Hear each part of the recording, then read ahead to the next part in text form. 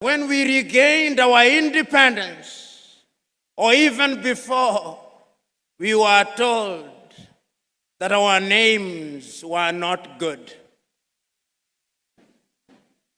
So that when you are Christianized and you are Pipim and you went for baptism and you renounced the devil with all his works, they also said you have to be John. Because in their scheme of things, it appears that the heavens only recognize John, not Pipim.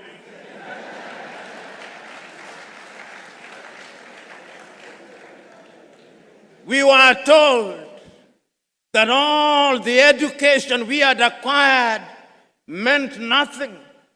So that if you are eloquent in Ga or in Chui, you are not intelligent. You are only intelligent in English. You can only be intelligent in French, in Portuguese. We now know that that is nonsense. And you know,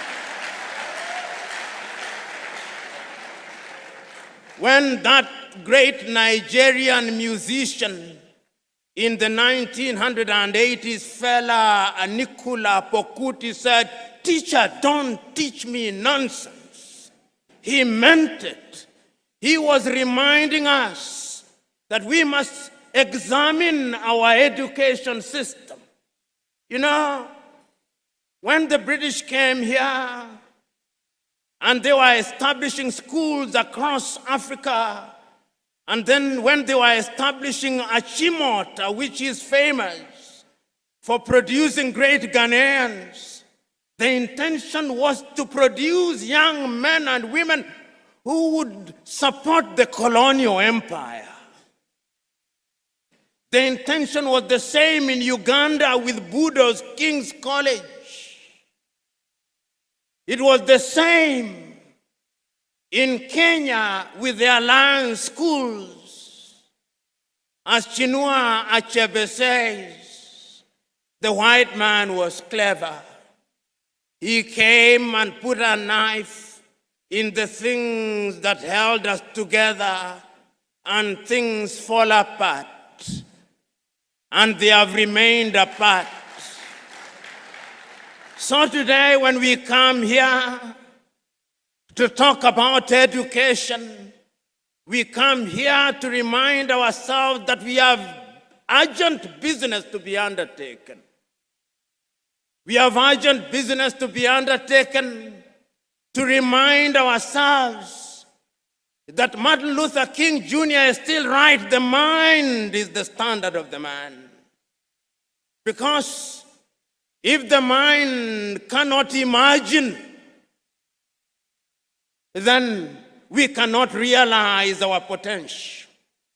So we are here to interrogate our education system.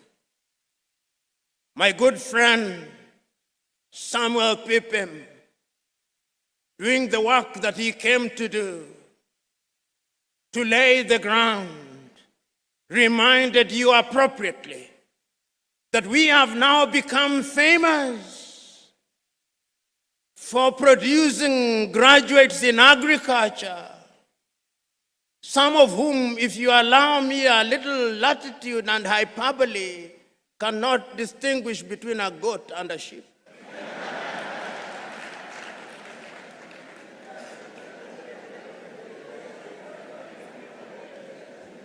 And that is why every person you ask in Africa is a farmer, but we are still importing chicken from Brazil. When I sit at the breakfast table in any African country, what am I served with? Nescafe from Nestle in Switzerland. There is not a single coffee bush in Switzerland. When I sit at the breakfast table, cocoa from Nestle, and yet Ghana is the largest producer of cocoa. What happened? We were disrupted. Pippin was right. When we want to build our roads, we have engineers, most of whom today, if you do not address them as engineers so and so, they rise up, ready to beat you up. But yet, when we are building our highway from Accra through to Winneba, through to Cape Coast, through to La Côte d'Ivoire, it is the Chinese that I see.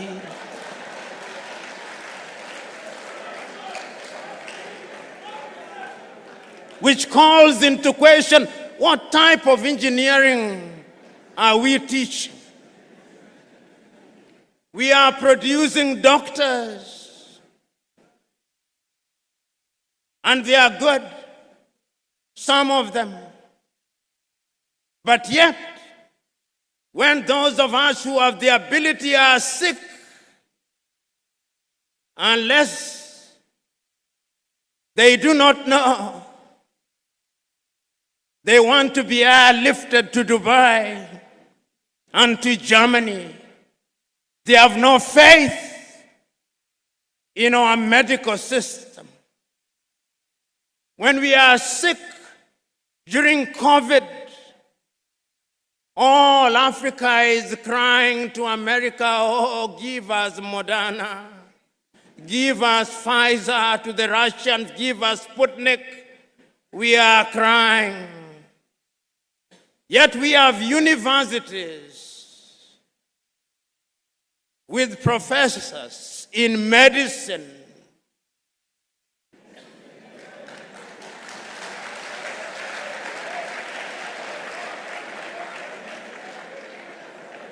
You know, there is a missing link somewhere. Until the day we have the courage to find that missing link, then we are not preparing for the 21st century.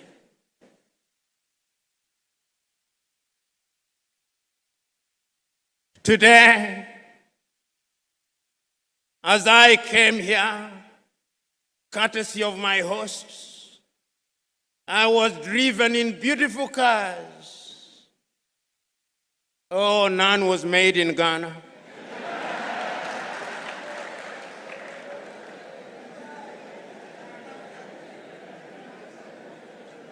They are either made in Japan or in Germany.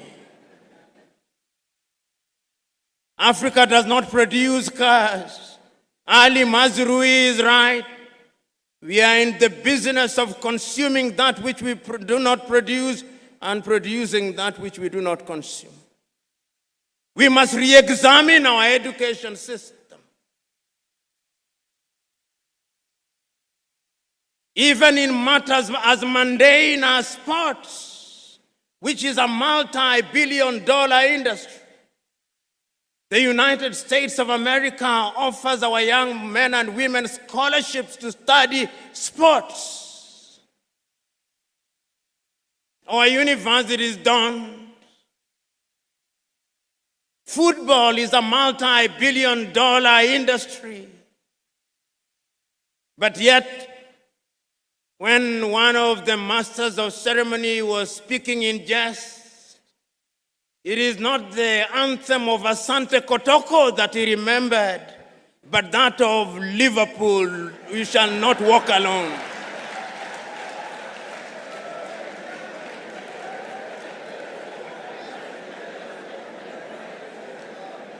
So that as we are sitting here, even in the area of sports, which is a whole multi-billion-dollar industry, our young men and women are preoccupied with whether Arsenal beat Real Madrid or Barcelona beat Borussia Dortmund. They do not care whether Hafia Guinea du Conakry beat Asante Kotoko. The Osagiefo was right when he said, We may actually solve the economic problem. We may even solve the political problem. But I dare say that the mental problem which was impacted and makes us feel inferior will take a little longer to solve. This was not only said by the Osagyefo himself in 1963.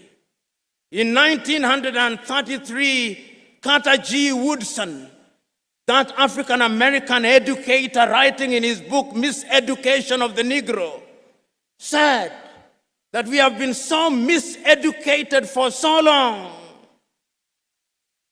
Our self-esteem has been undermined for so long. We have been made to use the back door for so long that even when we are told to use the front door, we look for the back door, and if we can't find it, we create our own back door.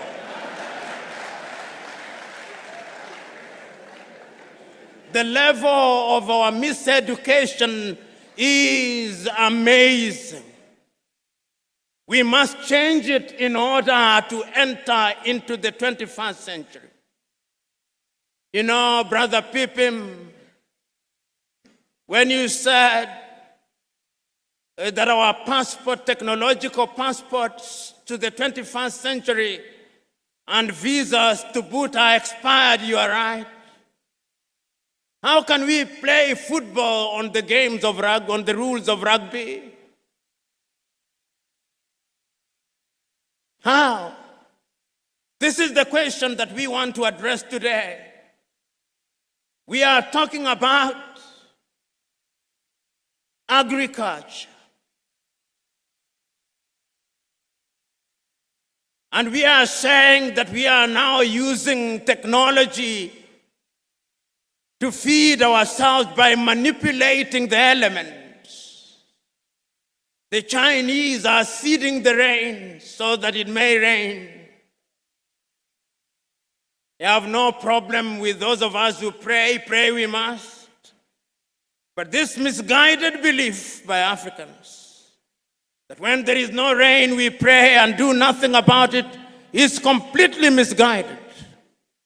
The divine instruction was go ye and subdue the world. And subduing the world is by using our minds, by using the knowledge that we have. This is what the universities must ask. If you are a teacher, what kind of a teacher are you? Today, if I stood here and asked young Africans, and there is no shortage of them here, how many African authors do you know? And I asked, which is the last book of Chinua Achebe that you read? Or Kofi Awunur? Or Aikwe Yama? Or Kamara Lai? Or Flora Nwapa? Or Dambisa Moyo? Or more recently, Chimama and Ngozi Adichie? Or Yagyansi? How many have? We have been made to believe that it's only Shakespeare and Charles Dickens that matter. The time is now for us to change our minds.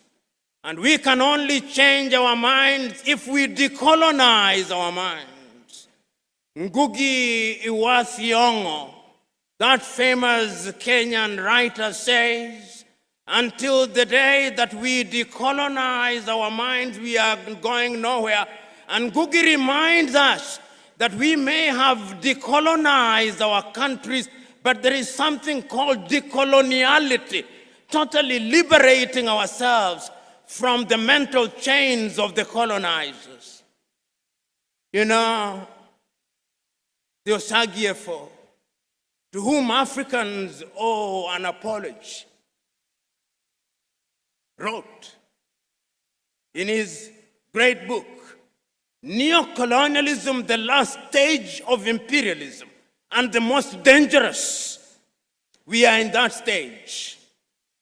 That stage when the colonizer still wants us to believe that our literature is inferior, that our science does not exist, that our mathematics does not exist, that we have no medicine to talk about, that we cannot mine beyond Galamsey, that we cannot extract our own oil, that we have no business being in robotics and cryptocurrency, that we must be consigned to the Museum of History alongside the spinning wheel, that we have no business being in the jet age. That is what we are being told. And my fear is that we appear to be believing it. We appear to be believing it because in our institutions of learning, when you look at our curriculum and you look at the curriculum of a number of countries in the Middle Ages, there is no difference. And I want to remind all of us that in the 1960s, when we were regaining our independence, and you read what was happening in different African countries, and I remind you to reread some of the thinkers of the time and the emphasis that they put on education.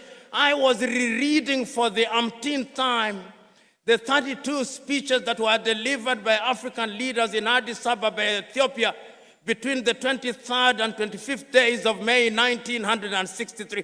All of them, without exception, said one thing: if we are to give meaning to our independence, then education must be our focus.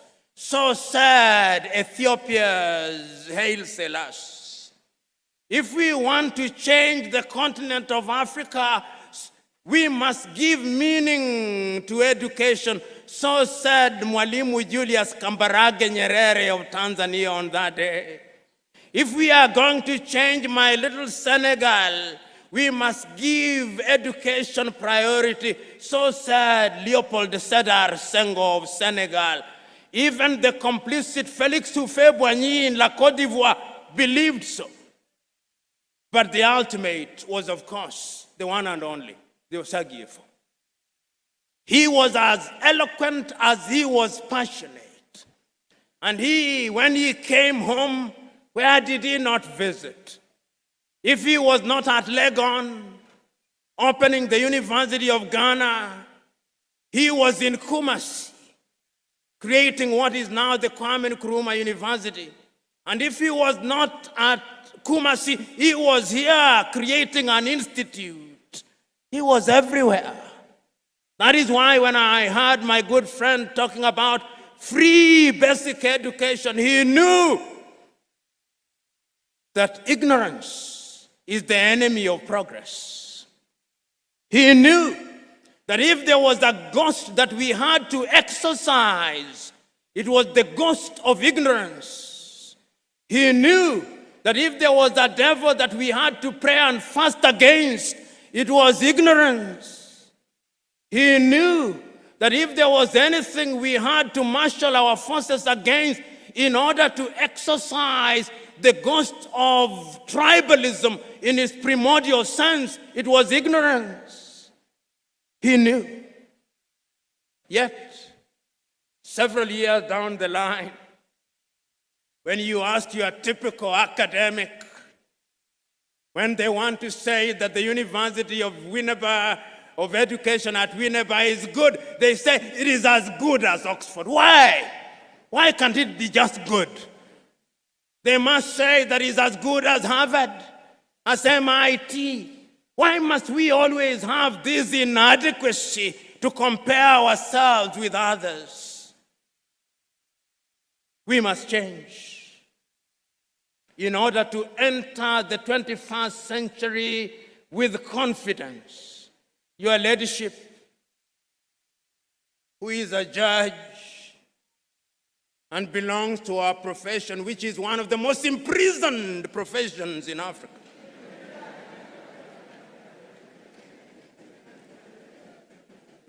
When you see our judges dressing, they still dress like Father Christmas.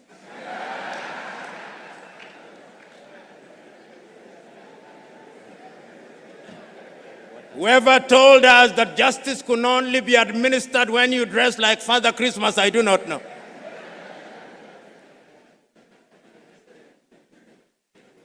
And when we are citing, even deciding a matter on land law in Ghana, in Cape Coast, we still want to cite some decision that was made by some English judge in the 13th century, as if we did not have our own land laws. The time has come that we must rethink and re-enter the 21st century with laws that are known to Ghana. Ask the Ga if they do not have laws that if we refine cannot lead us into the 21st century. Ask the Akan people if they do not have such laws. Ask the Fante people if they do not. Ask the Ewe if they do not. They do. We live in a world where we are so mentally captured that those of you in the middle class, your greatest claim to fame is that my daughter can no longer speak Chui and is meant to be a badge of honor. It is a badge of complete colonial conquest. And we cannot enter the 21st century with that mindset. Go to the countries in the Scandinavia, which we can dare compare ourselves with. Go to Denmark, they teach in Danish.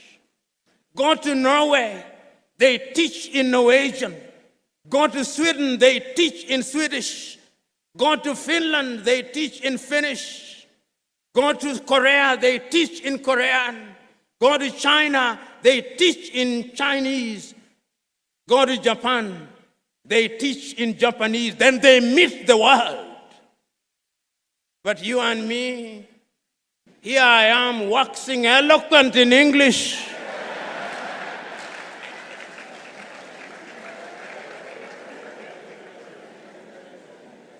Not in Kiswahili. We must revamp our curriculum. And we must have the courage to do so as I speak to you now. They are teaching Yoruba and Twi at universities outside of this continent. Why? Because language is a multi-million-dollar, multi-billion cedi industry. It is only us who do not know. Those of you who are religiously inclined, we are the only visitors in Jerusalem. So, brothers and sisters, we are here to remind ourselves that there is urgent business to be undertaken. We are here to remind ourselves that we had a good past. We are here to remind ourselves that others came and through slavery they disrupted that past, that they did not stop there, that they came again under colonization, and this time they disrupted us so very thoroughly and took away even the most precious of things, our confidence. That when they came here and imposed an education system, that education system had only one agenda. The agenda was to create men and women, if they were the English who colonized you, who could speak English and be their clerks. If you are colonized by the French, that you could speak French or Portuguese or Italian or Germany. When we regained our independence, we only made cosmetic changes.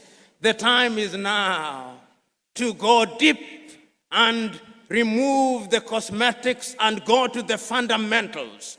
And I'm suggesting to you that that has been done. You know, those of you who are a little older will remember that 30 years ago, China was not famous for much. They were only famous for Chairman Mao for the Long March. Today, even the toothpicks in your hotels here in Winneba are from China. Today, you go to the shops, even the inauthentic Kentes are from China. They have franchised, indeed patented Kente. You go home, your television is Chinese or Korean. You are being persuaded to use your phones. I suspect you are either using Samsung or Huawei. What did China do 30 years ago? They made a decision that we are going to change our education system. And they changed their education system. They engaged in agriculture. They engaged in technology. They engaged in medicine. They engaged in everything. And today, China is the second strongest economy in the world, with a GDP of no less than 19 trillion United States dollars. Compare that with little Ghana. Compare that with little Sierra Leone. Compare that with little Kenya, with little all these countries. What they did was to change their minds in order to change their future.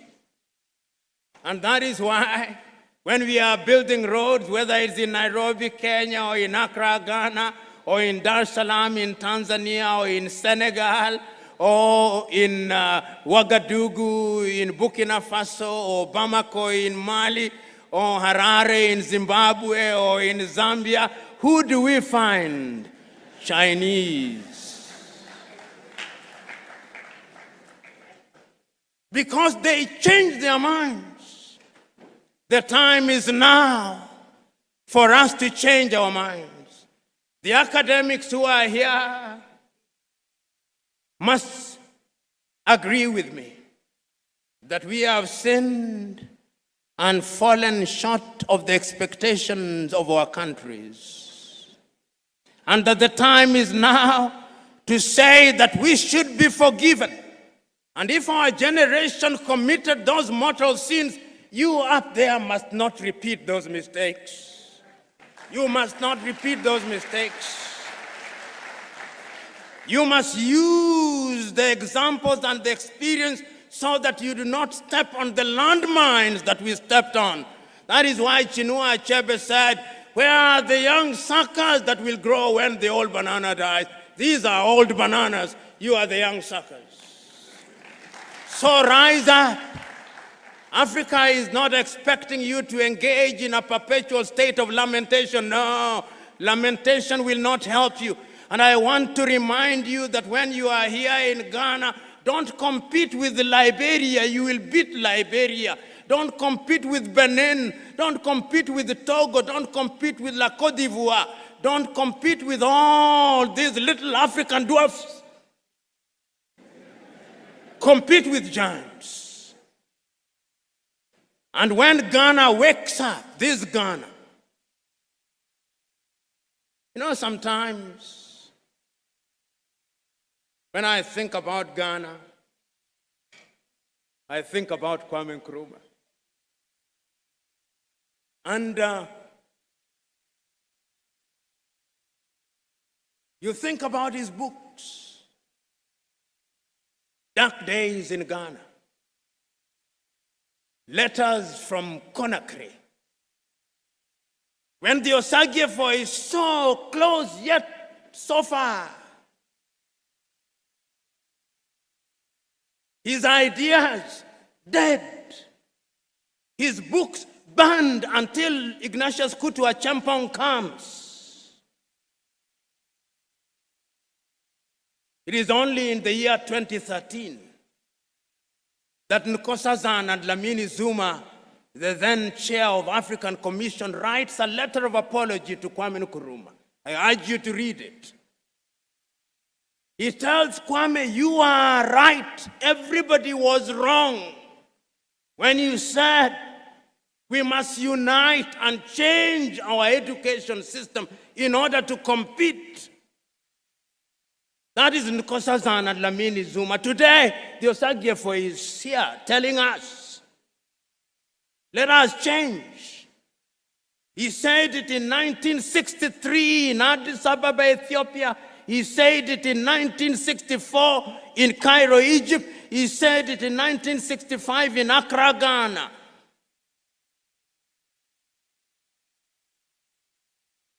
And on 6th day of March 1997, on the occasion of the celebration of 40 years of independence of Ghana, Kambarage Nyerere himself also apologized to Osagyefo Kwame Nkrumah.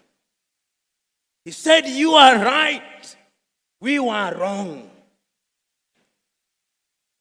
Today I'm saying that we cannot remain imprisoned in history and lamentation. That is why it is still true for you Ghanaians. Nkrumah is dead, but Nkrumah never dies.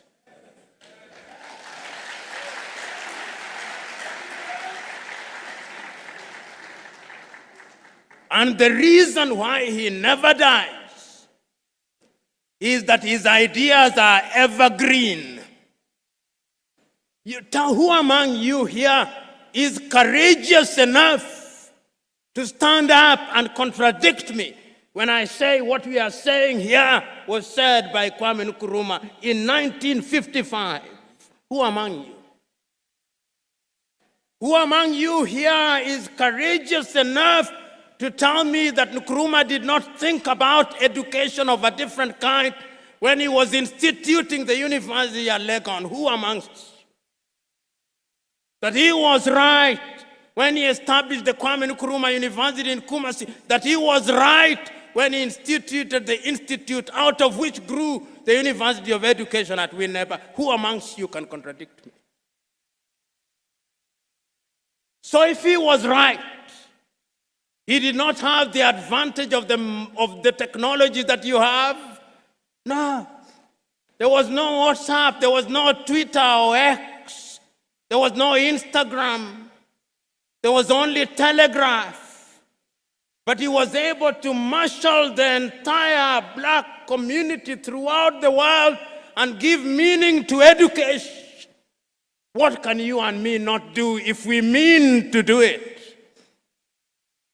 So you young men who are present here, don't tell me Nkrumah was old. Nkrumah was just slightly older than you. If you look at his cabinet, some of them were in their 20s. It is not formal education that maketh a man or a woman. The great Indian sage Raja Gopalachari says, education is not merely attending institutions and acquiring certificates. He says, you may have gone to school, but has school gone through you? This is the question. So, ladies and gentlemen, here today, we are here to tell ourselves ad nauseum that the mother continent can change, and she will change. She will change, and when I look at the future and I hold all factors constant, I see an Africa whose young men and women are educated and their education is about innovation and invention. I see such an Africa. I see an Africa whose sons and daughters will be leaders in cryptocurrency. I see that Africa. I see an Africa where all the cars running from Addis Ababa in Ethiopia to Banjul in the Gambia will either be made in Togo, Burkina Faso, or Uganda. I see that Africa. I see an Africa where the Ghanaian doctors who are running hospitals in the United States and in the United Kingdom will have the courage to come back home because there is something called a hospital where they can do their trade. I see such an Africa.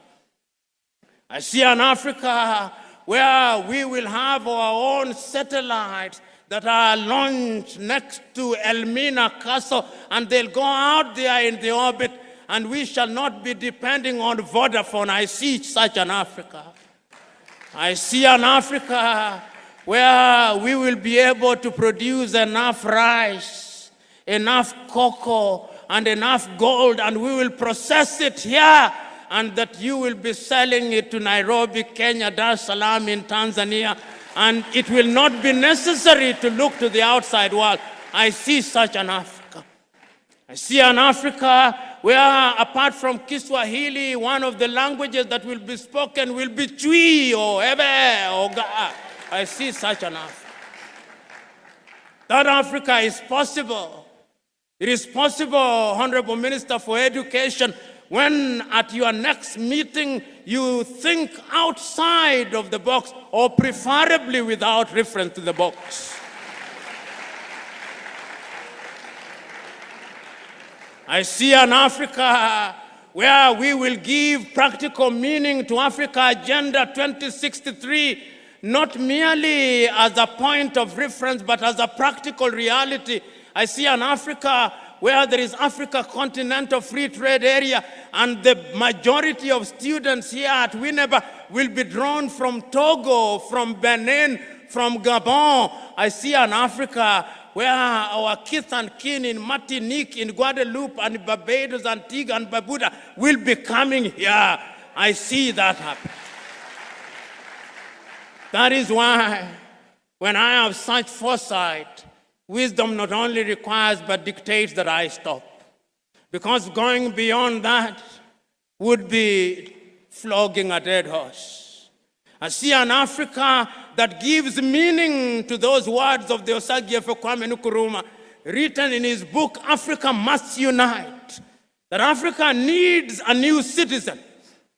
Are you those citizens that the Osagyefo was talking about? Are you? Do you have values? Do you have passion? Do you have dedication? Do you have love? Do you have imagination? Do you have the spirit of innovation? Do you have the spirit of invention? If that is true, then I have no fear for Africa. So go out there and amaze Africa. God bless you.